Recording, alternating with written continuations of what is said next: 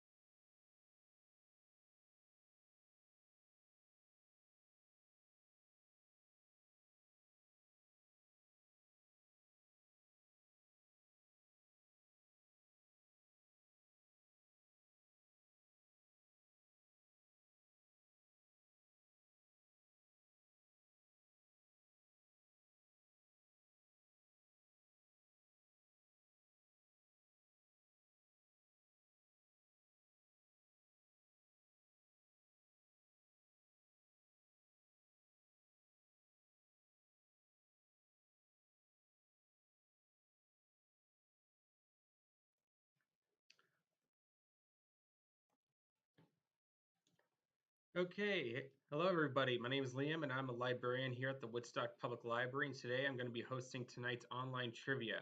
Just to go over a few ground rules before we start, we ask you don't look up the answers because cheating isn't fun, and not to mention you get points for being right and for answering questions quickly and for um, answering, correctly answering many times in a row. So keep this in mind as we play. There are a total of 60 questions. They're going to be 6 rounds of 10 questions each, and we will have 2 8-minute breaks every 2 rounds, so you have a chance to grab a snack or use the washroom, that sort of thing. And we encourage that everyone sign into your YouTube account to comment through the game. I'll be checking YouTube every 2 rounds, so you have a chance. Um, Checking the YouTube account to address any issues that show up in between during those 2 breaks. I'll also let you know that there is a lag time on the YouTube video that is about 5 seconds, so be sure to answer before the 5 second mark on Kahoot. So let's get started. So the first category for the first 10 questions is on Canadian cuisine. So that's food primarily found and enjoyed in Canada. So let's begin.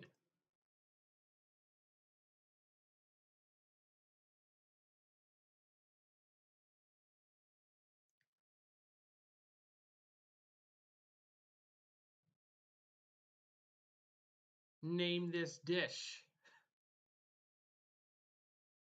Is it fried dough? Is it funnel cake? Is it beaver tail? Or is it elephant ears? Yes, you're all correct. It is beaver tail. The beaver tail, the popular Canadian fried dough treat, has been trademarked by Beaver Tails Canada Incorporated since 1988. Next question.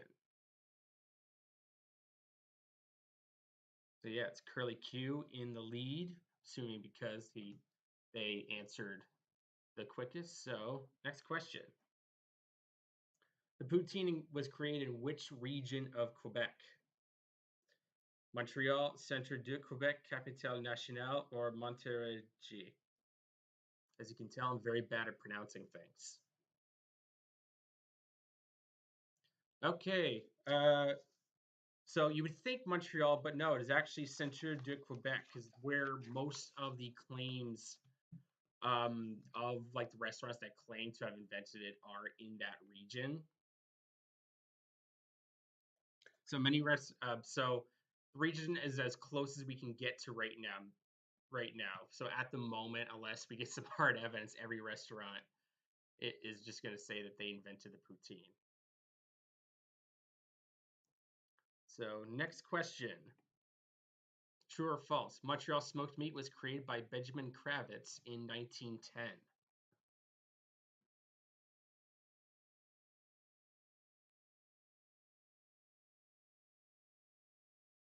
Okay, so the answer was false. Many restaurants and delis in Montreal claim to have invented the popular dish, but the only known origin is among Jewish immigrants from Eastern Europe. This is a very hotly debated topic in Montreal. So it's Colin Guy with the steal. Okay, true or false? Until recently, all dressed chips were only available in Canada.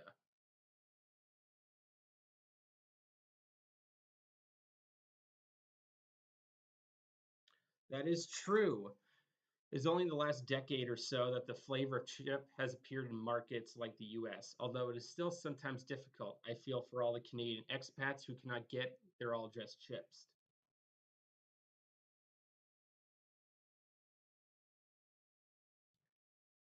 Okay, next question.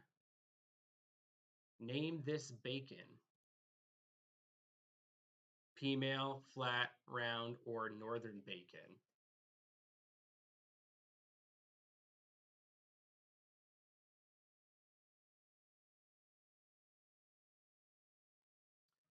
You are correct. It is female bacon. The name comes from the historic practice of rolling cured and trimmed boneless loin in dried and ground yellow peas to extend shelf life.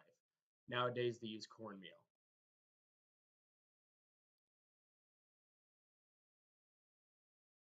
Okay, true or false?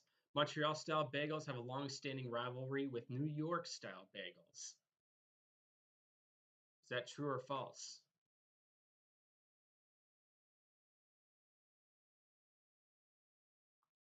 Yes, that is true.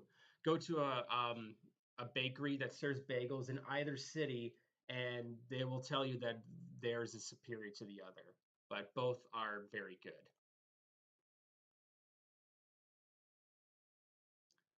Okay, good job, everybody.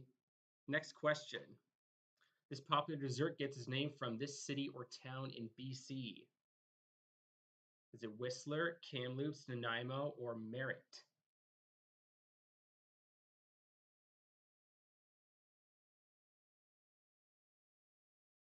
Yes, it is the Nanaimo bar, one of the best treats on this planet. Okay, Colin Guy has a 5 streak going, so but everyone's got some good scores, so keep it up. Okay, the Persian, a sweet roll topped with strawberry icing, originated in which Ontario city? Is it Toronto, London, Kitchener, or Thunder Bay?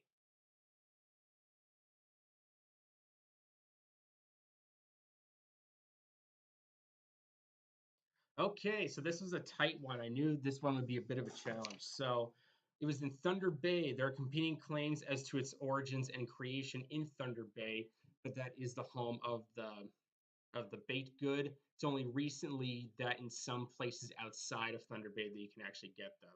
So I think some Global Donuts have them. That's a really old. There's a coffee shop chain in Canada. I think there's a few of them around, but they're super delicious. And if a bakery has one, get it.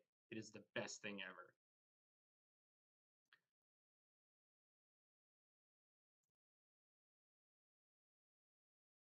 Okay, the Donair became popular due to what Halifax restaurant chain? Donair King, King of Donair, Donair and Me, or I Donairn't Care?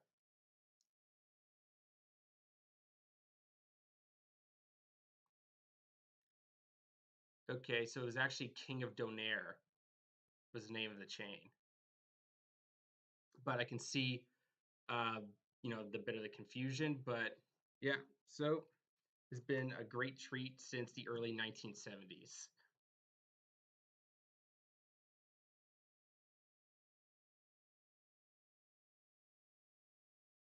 Okay, so the final question for this category: what ingredient do some people consider mandatory when baking a butter tart?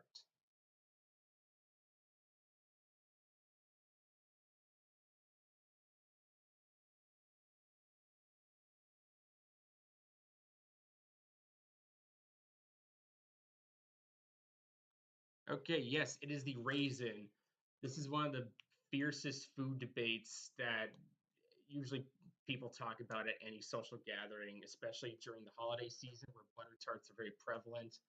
I personally don't like them with raisins, but I some people I know say that it's not a butter tart unless it has a raisin, but I disagree. So for those of you who guessed raisins, good job. Pecans, if it has a pecan in it, at that point it's a pecan tart.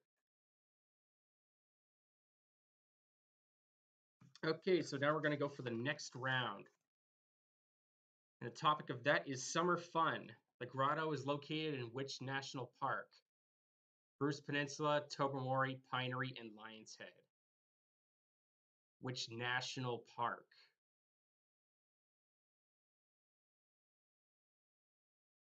Okay, it is the Bruce Peninsula National Park.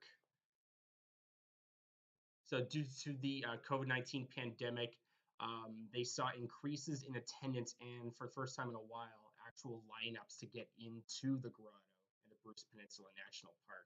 But if you've never been, I highly recommend going. It is a fun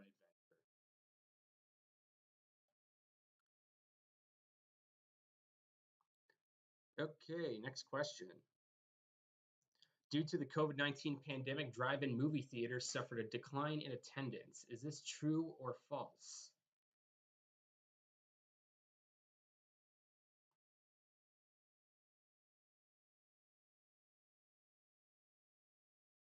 Okay, that would be false.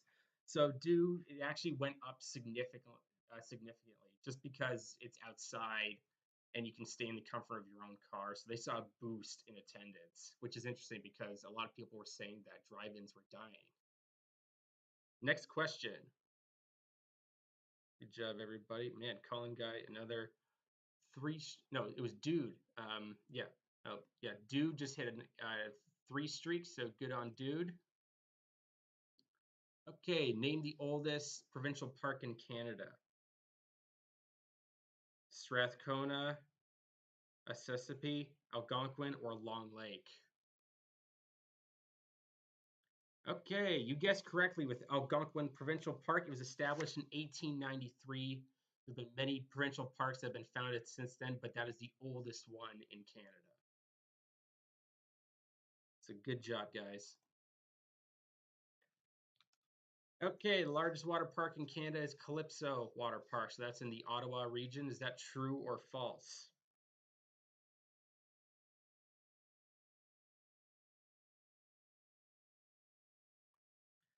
Okay, that is true. It it just beats the Edmonton Mall Water Park. It just beats it. I think it has a few more acres and a few more rides, and I think it has one of the largest um, swimming pools in on the continent. But yeah, I think it's just because it just has more space and some more slides. That's why it beats out Edmonton. Sounds like it'd be a fun time.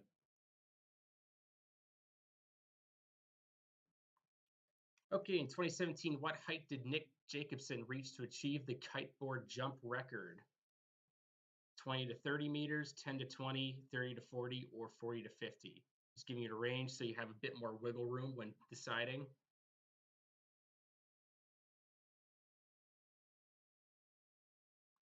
Okay, it was actually between 20 and 30 meters.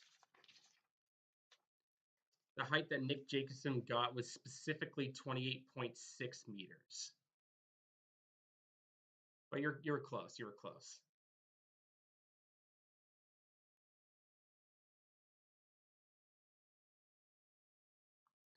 What is the longest recreational trail in the world? Trans Canada, American Discovery, Kam Amin, or Tohoku Honshu Nature Trail?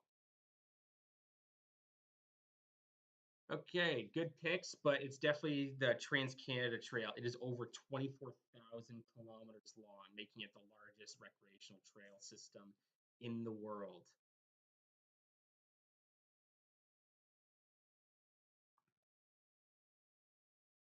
Okay, true or false? There are only 3 Canadian teams in Major League Soccer. Is that true or false?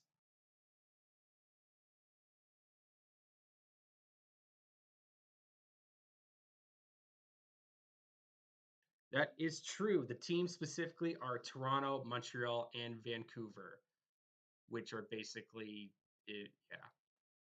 So it's interesting that we don't have more, but say la vie.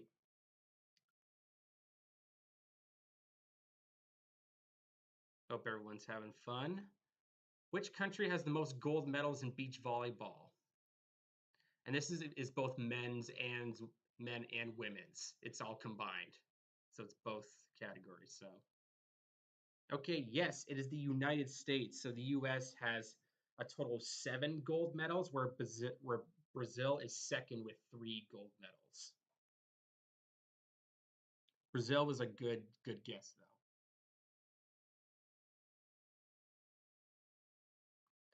though. Okay, next question.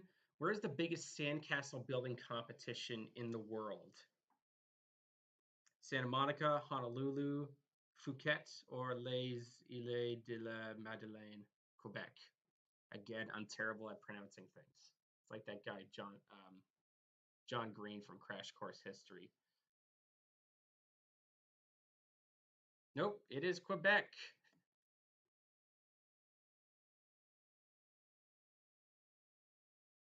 Good guess though. Okay, last one for this category. The Royal Victoria Yacht Club is the oldest in Canada. True or false?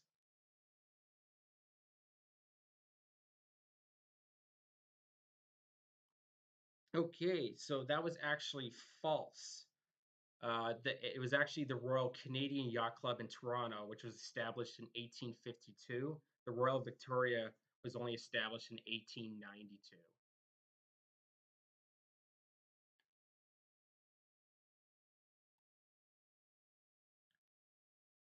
Okay, so we're gonna take a quick 8-minute break here. So if you need to get another beverage or go to the restroom or feed your cat or something like that, check back in 8 minutes.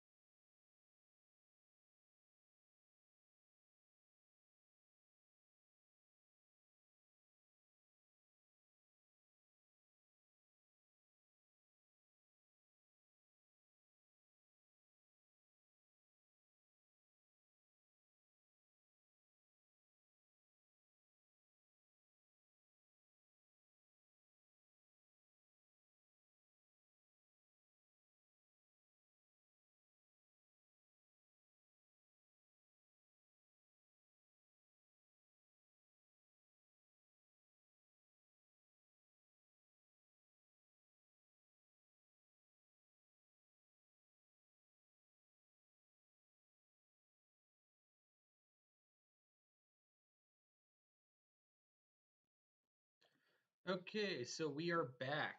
So hope you had a good break. So on to the next topic. So which is going to be Canadian television. So just going to give it another couple seconds in case anybody's just about to come back. 5, 4, 3, 2, 1. All right, we are off. Who created the hit TV series Corner Gas? Brent Butt, Eugene Levy, Jason Lee, or Rick Moranis?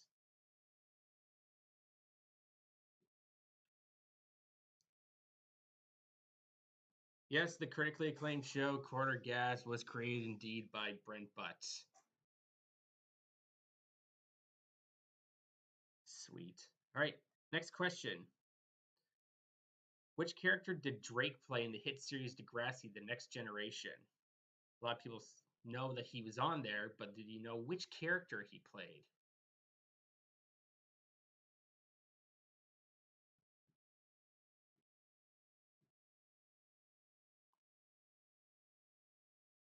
The answer was Jimmy Brooks. Good try, guys, but yes, it was Jimmy Brooks.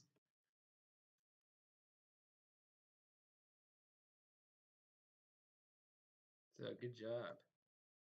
Right, next question. The fictional town of Letterkenny is based off creator Jared Queso's hometown of ...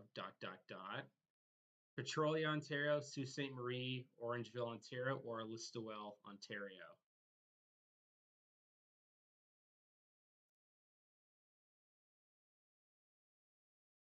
Okay, so there's a tight one. So they film the show in Sault Ste. Marie, but Jared Queso is from Listowel, Ontario, and that is where the hometown is based off of. So that's about let's see, where is that? So that's like northwest. So it's still in southwestern Ontario, but it's an hour and 20 minutes north of Woodstock. Good job, Letterkenny fans. Next question. The most amount of duct tape used on the Red Green show was when Red taped the Ontario-Quebec border. Is that true or false?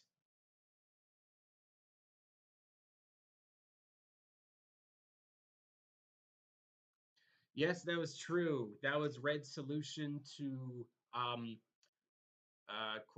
Quebec separatism in the mid 90s. I think it was right before they had that referendum in 1995. So, yeah, that is a lot of duct tape. All right, next question. Good job, guys. In Schitt's Creek, Johnny bought Moira, the town of Schitt's Creek, as a joke half-anniversary gift in 1995. Is that true or false?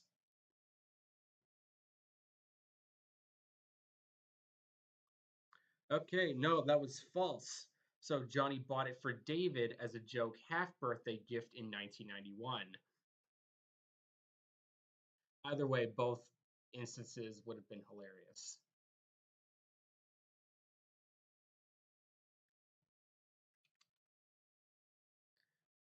Okay, in Trailer Park Boys, what is the name of Bubbles' ventriloquist puppet? Is it Woody, Conky, Chip, or Mr. Maple?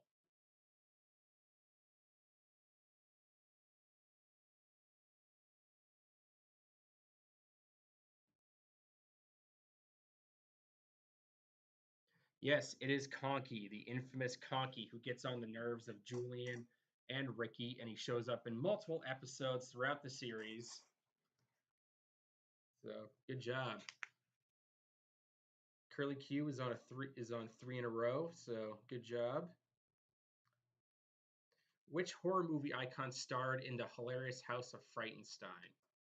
Vincent Price, Peter Cushing, Christopher Lee, or Robert Englund? So it came out in the 1970s, and it was a kids, programming show. Okay, so Christopher Lee was a good guess, but it was actually Vincent Price. He's the floating head at the beginning, doing his bit. Now, you've probably seen it. waiting for the school bus, and it's super early in the morning, and you're on Comedy Central, and that's where they do reruns of these old comedy shows.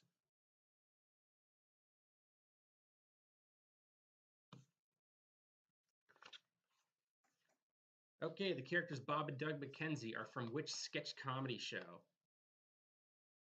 Saturday Night Live, Kids in the Hall, Mad TV, or SCTV?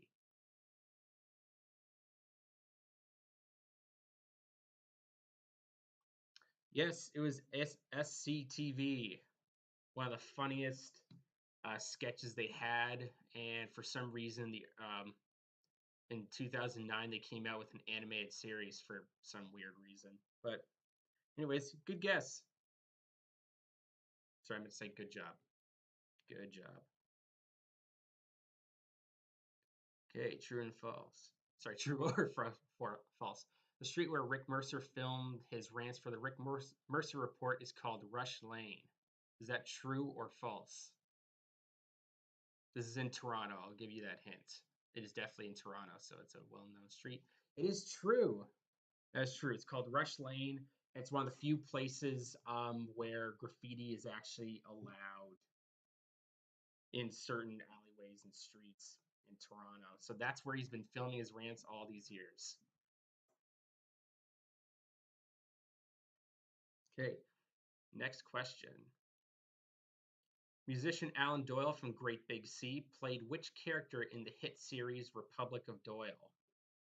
Boyd Kelly, Jimmy O'Rourke, Donnie Squires, or Wolf Redman?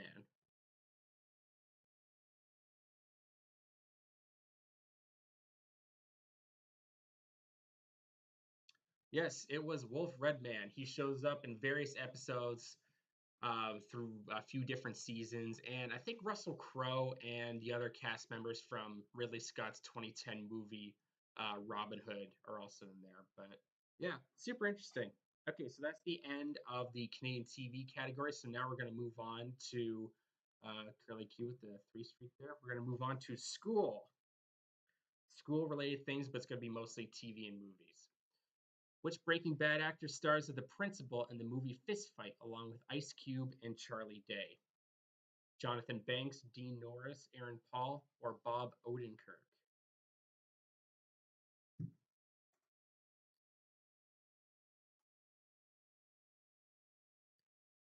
Okay, so it was actually Dean Norris who played Hank Schrader, Walter White's brother-in-law in Breaking Bad. So,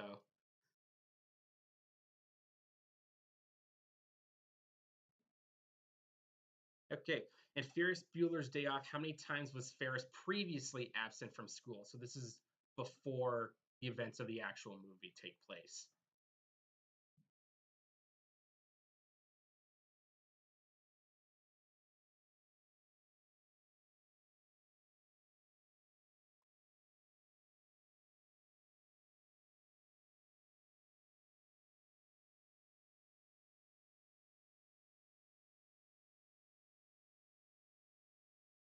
So the answer was in the movie. It's a phone call between the dean of students and Ferris's mom. So if you can try to remember that, it involves Ferris hacking into a school computer to change the answer.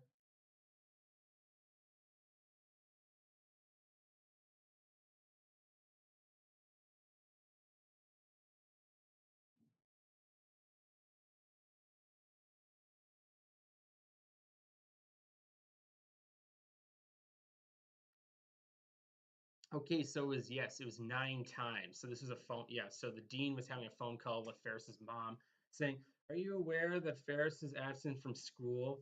He doesn't have a very good attendance record. He's been absent 9 times." And they say 9 times in a funny voice over and over.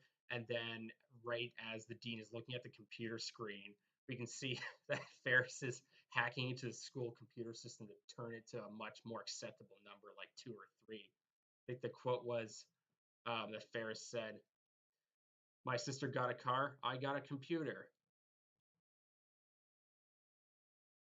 So, yes, it was 9 times. Next question. In Rick and Morty, what fake name does a vampire use when infiltrating Morty and Summer's school?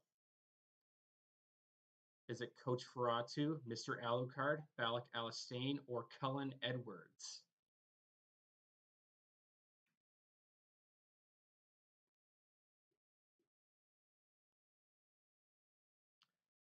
Okay, Cullen Edwards. So I actually made so yeah, Cullen Edwards was like a really made up. I just want to make up just a funny fake vampire name, but no, it was Coach Ferratu. So if you watch the end credits of that episode, I think that's like the Tiny Rick um, episode. You watch the end credits, you see the head vampire of the Legion of Vampires. Like, what? His name is Coach Ferratu? Why would he pick that as his cover name? So just kind of a funny bit. So congratulations to Dude. Okay, at the end of Billy Madison, what career path does Billy choose to follow? Doctor, librarian, lawyer, or teacher?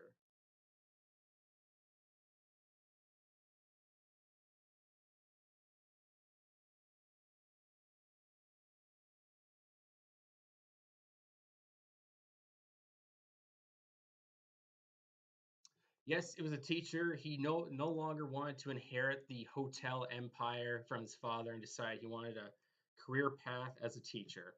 Good for him.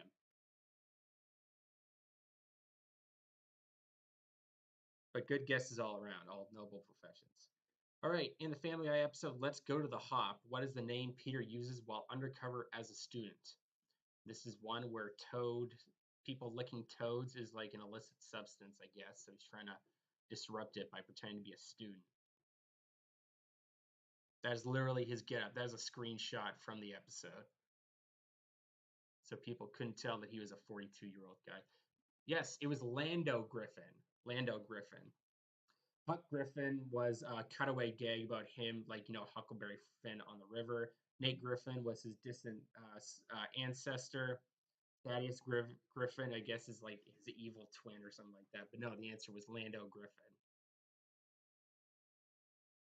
I've yet to meet anybody named Lando in real life. Next question.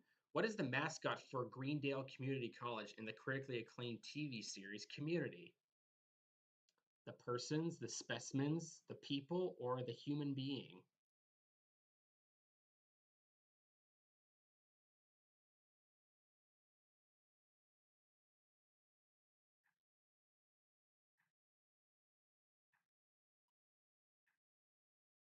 Yes, it is the human being.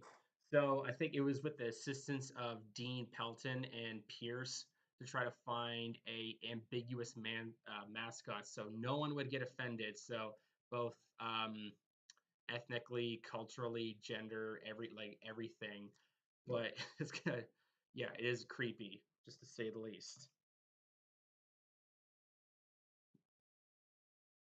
Okay, so it's Colin Guy in the lead. What is the name of the talking cat from Sabrina the Teenage Witch? This counts as school because Teenage Witch and in high school. So that's a screenshot from the series in the 90s, by the way, if anyone was wondering. Yes, it is Salem, which totally makes sense. But all the names kind of make sense, but it's definitely Salem. Good guesses all around. Okay, true or false? SpongeBob has failed his boating license test 1,258,123 times.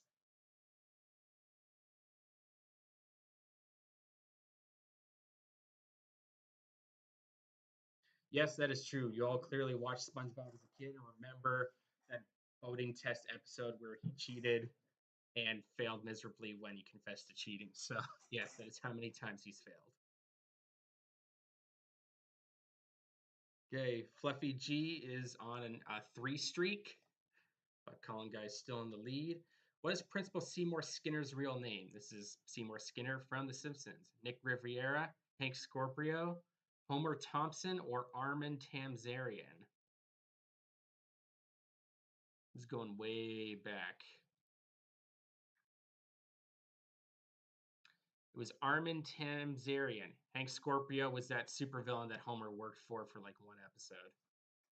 Yeah, so a lot of people were very outraged when this happened because they didn't realize they were being duped for like 8 years. But then they decided to just not change anything, and he just went back to being Principal Seymour Skinner after that. Martin Sheen voiced the real Seymour Skinner in that episode.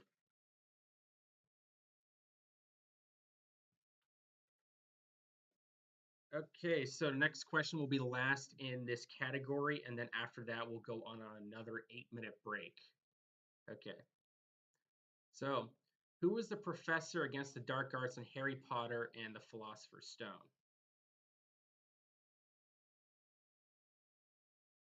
Gilderoy Lockhart, Remus Lupin, Professor Quirrell, or Mad Eye Moody, aka Barty Crouch Jr. That's not a spoiler. The movie's been out for a very long time. You should be caught up. Yes, it's Professor Quirrell.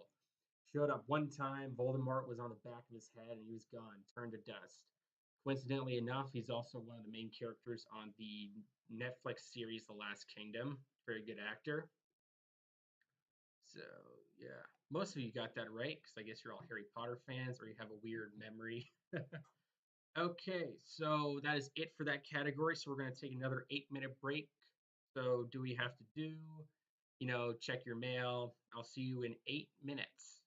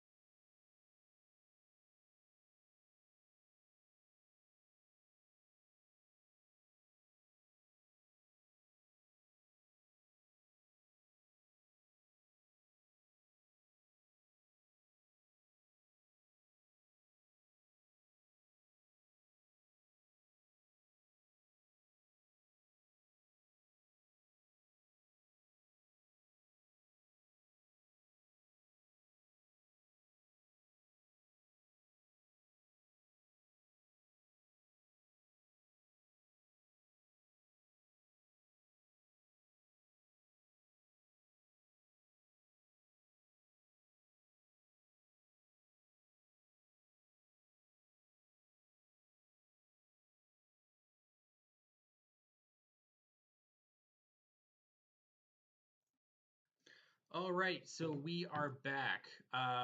Before I continue, it has been made known to me that that episode is not canon, while the developers of the creators of the episode at the ending left it very like so the viewers can have an out because it goes back to the way everything was. He's Principal Seymour Skinner again, and anyone who mentions it, blah blah blah blah blah. But they do mention it again in episode 9 of season 15, titled I Dobot. Lisa goes through a series of cats, Snowball 3 to 5. And at the end, to avoid just getting another bowl, she's just like, let's call you Snowball 2 because it looks exactly the same as Snowball 2.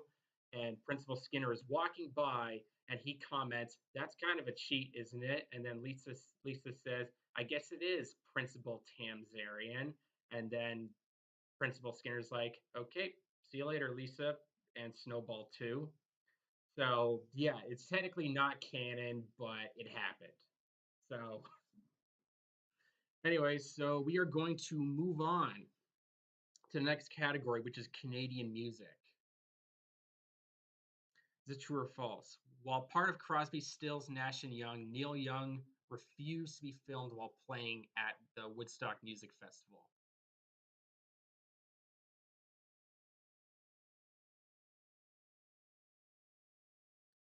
Yes, that is true. So I think this was during the electric set of their bit. So he doesn't actually appear much in the Woodstock documentary that came out a year later. And reportedly, he threatened one of the cameramen that if the camera came anywhere near him, he would assault the cameraman with his guitar. So that's how adamant he was about not being filmed. So good guesses. Lil Bean is on a 6th streak. Okay, which Canadian rock band opened the 2010 Winter Olympic closing ceremony? Emphasis on the closing ceremony. Barenaked Ladies, Nickelback, Headley, or Rush? The closing ceremonies. Yes, it was Nickelback. It was Nickelback that opened, and the song they did specifically was "Burn It to the Ground." Very generic song, but although pretty catchy. Rush was also a good guess. Little Bean is on a 7th streak. Okay, which Canadian musician played God in the movie Dogma? So that's the movie by Kevin Smith, and that film universe that he's created. That also includes Jay and Silent Bob. Pretty awesome movie. Yes, it was Alanis Morissette. Yeah, she shows up at the end, and yeah, it's pretty good. Lil Bean on an 8th streak, going strong. Okay, who wrote and performed the theme song for the U.S. sitcom The Big Bang Theory?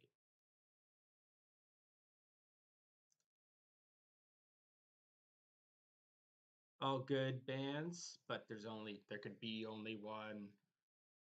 Yes, it was the Bare Naked Ladies. Sum 41 is an interesting guess.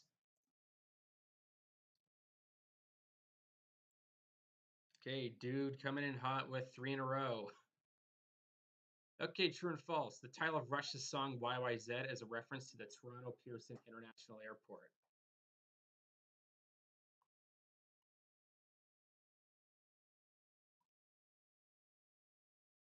Yes, that is true. Good job, everybody. That is so. It's a So that is the Pearson's airport code, and apparently Rush kept seeing it on their luggage, and Toronto's their hometown, so they thought, yeah, let's go for it. Okay, Little Bean has a 10 streak, so 10 in a row. Okay, what song did Walk Off the Earth cover in the breakout video Five People, One Guitar? So I think this is in 2012. As a screenshot from the video in question. It is a great video. You can almost hear it when you see the picture.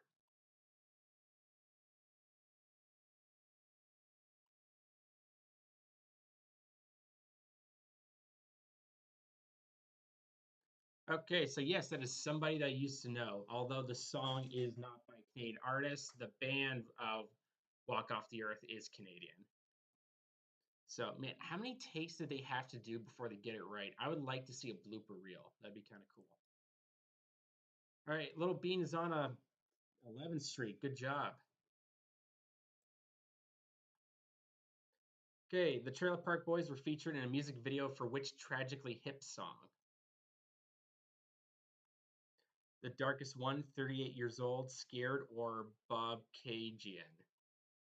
Again, bad at pronouncing things.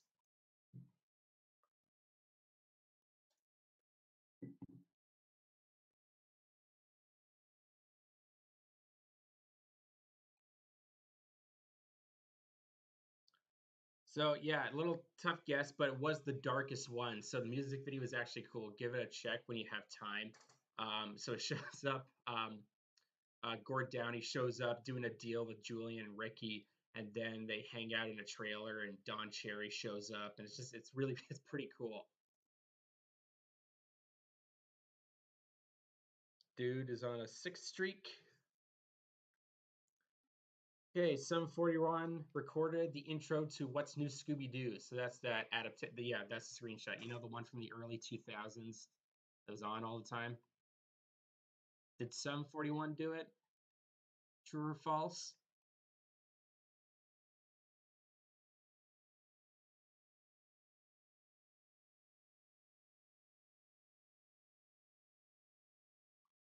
Okay, so yeah, super hotly debated. So that is false. The answer was actually Simple Plan. Simple Plan did that. And actually, I think if you go on Spotify, under some of the songs that Simple Plan has done, you can get their version. It's pretty cool. Okay. All right. Good job, everybody. Next question. Hallelujah debuted in which Leonard Cohen album?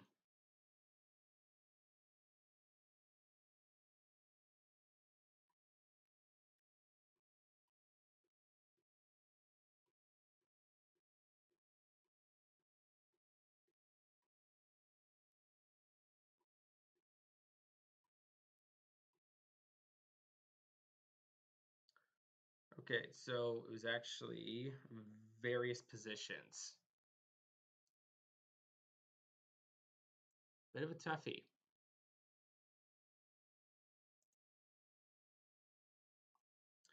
Okay, name Blue Rodeo's debut album.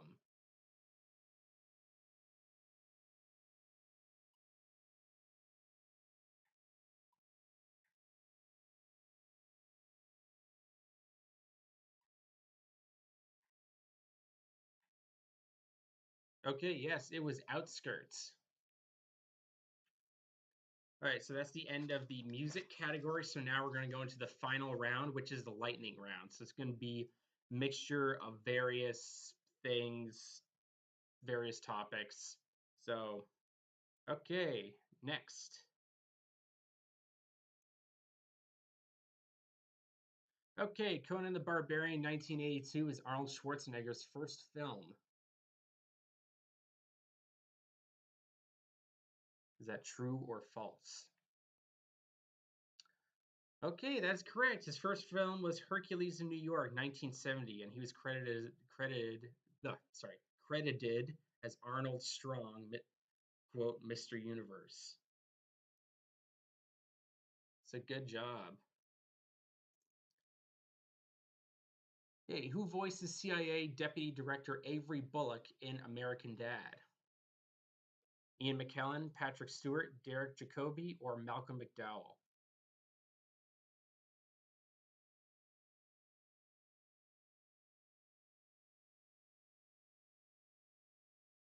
Yes, it was Patrick Stewart.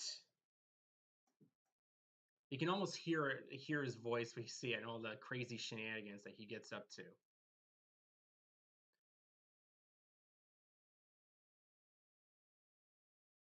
Okay, this 1916 photo taken by William Castle is actually of a training exercise. Is this true or false? I would also like to apologize for the discrepancy in the previous questions. Most the previous questions that had the 20-second timer, they were supposed to have a 1-minute timer, so I apologize for that, and it won't happen again in the future. But the answer is true. So it just makes better, especially during the war, just makes better advertising if it looks like it's from an actual battle. But nope, that was part of a training exercise.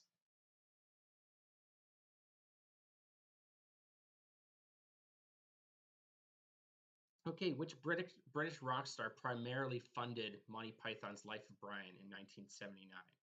Is it Bruce Dickinson, George Harrison, Phil Collins, or David Bowie? Great film, by the way, if you haven't seen it. Okay, David Bowie was a good guess, but it was actually George Harrison. So George Harrison, he was a friend of one of Eric Idle, who's one of the Pythons, and because the movie, like the nature of the movie, um, depicting religion and someone else being mistaken for the Messiah, funding was pulled from some of the studios. So when Idol told Harrison this, Harrison was already a big fan of Monty Python, so he chipped in £3 million to make sure the movie was made. And then later, Terry Jones, another Python, called it the most expensive movie ticket ever, which it really was. And George Harrison has a cameo in that movie. It's I think it's when the PFJ is having a meeting about stuff. He's in the background wearing a beard. Okay, dude is on a 5 streak, so good job. But still Little Bean in the lead. Okay, what was the name of Homer's barbershop quartet band? The Dapper Dans, the B Sharps, the Max Q, or the Ritz? So Simpsons fans should know what this is. Yes, good job. It was the B Sharps, a clear parody of the Beatles, including also George Harrison was a guest star in that episode. He just played as himself. And the screenshot I used was actually The Simpsons was parodying a famous photo of the Beatles when they were working on their album Let It Be. So pretty cool. Good job, everybody. Dude is on a 6 streak, but Little Bean is still in the lead with Colin Guy hot on their trail. Okay, true or false? Actor Steve Martin is well known as an avid steel guitar player. So, trains planes and automobiles, cheaper by the dozen. Is he an avid steel guitar player? Who knows? Okay, that was false. He's actually a very avid banjo player, has been since the beginning of his career. Yeah, he will play the banjo. Sometime I think there's once or twice he was an announcer for the Country Music Awards, and he did a whole set. It's pretty cool. Okay, Curly Q coming in with 3 in a row. Little Bean still in the lead. Fluffy G went up a rank. Next question. Danny DeVito's character Frank is introduced in which season of It's Always Sunny in Philadelphia? That's Frank Reynolds, the father of Dennis and Dee. Well, if we want to be accurate, the adopted father, because not the biological father. That's a whole bunch of episodes.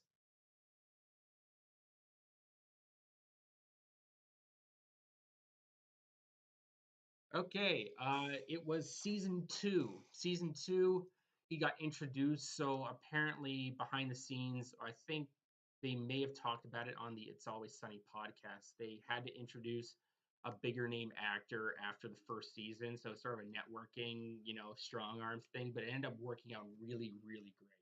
His friend is so funny. Good job. Dude is on 8 streak, and Dude is in second. But Lil Bean's still slightly ahead. Okay, name this movie. It's just a picture, and you have to figure out which movie it's from. Is it Reservoir Dogs, Fargo, King of New York, or Rising Sun? The actor was in all of those movies, but what famous scene is this from?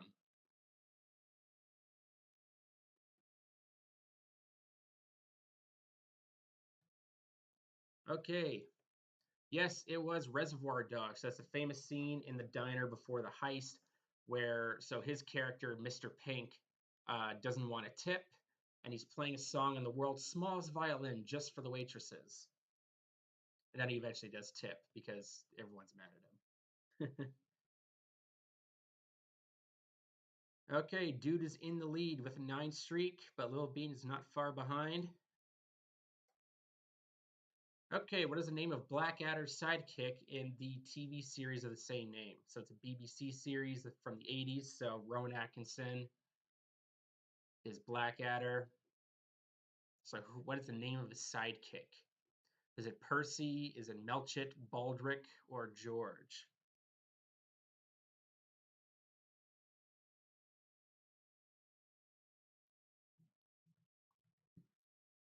Okay, that was tight. So okay, so that was poor formatting on my part. So yeah, so Percy is was also a sidekick of Blackadder's, but I meant to put who's the main sidekick, which is Baldric. But that was my bad. I formatted the question wrong. So if you got Percy, you were right as well. Okay, so my apologies. I will be more considerate in the future.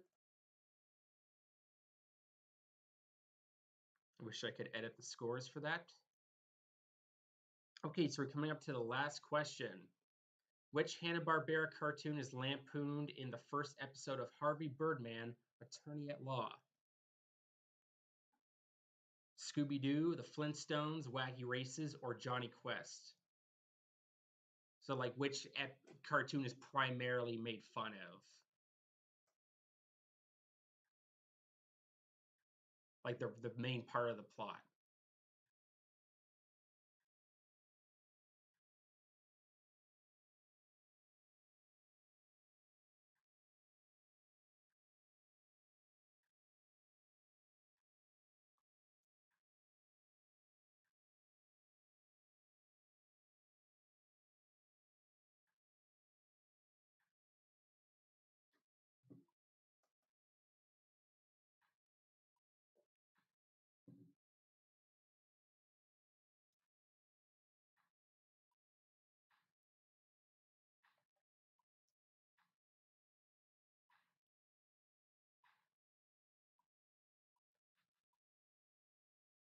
Okay, so it was actually Johnny Quest. So it was that Hanna-Barbera cartoon from the 60s. Is about like, a kid boy adventurer and his super scientist dad and stuff like that. So it's basically about a custody battle between Race Bannon, who's sort of like the friend of the family or bodyguard, and Dr. Benton Quest, who is the father of Johnny and Haji. So basically, it's sort of the same setup as the Venture Brothers, which is a direct parody of Johnny Quest. It's actually quite funny. The episode's quite good. Um, all right, so that is the end of trivia. Let's check out the score. So in third, it is Colin Guy at 37 out of 60. Little Bean, 37 out of 60. And first is Dude with 38 out of 60. Um, Runners up are Curly Q and Fluffy G. Again, the previous question about Blackadder's sidekick. If you got Percy, you were right. I just want to say thank you everyone for playing. Good job, dude. Everyone did actually a very good job. Thank you for playing. As always, keep an eye out on our social media pages to see what new and up and coming programs are coming your way as the year progresses. So the next trivia night will be in the third Wednesday of September, which is pull up my calendar here. So that is on September 21st. So thank you very much for joining us tonight and have a great rest of your evening. Good night.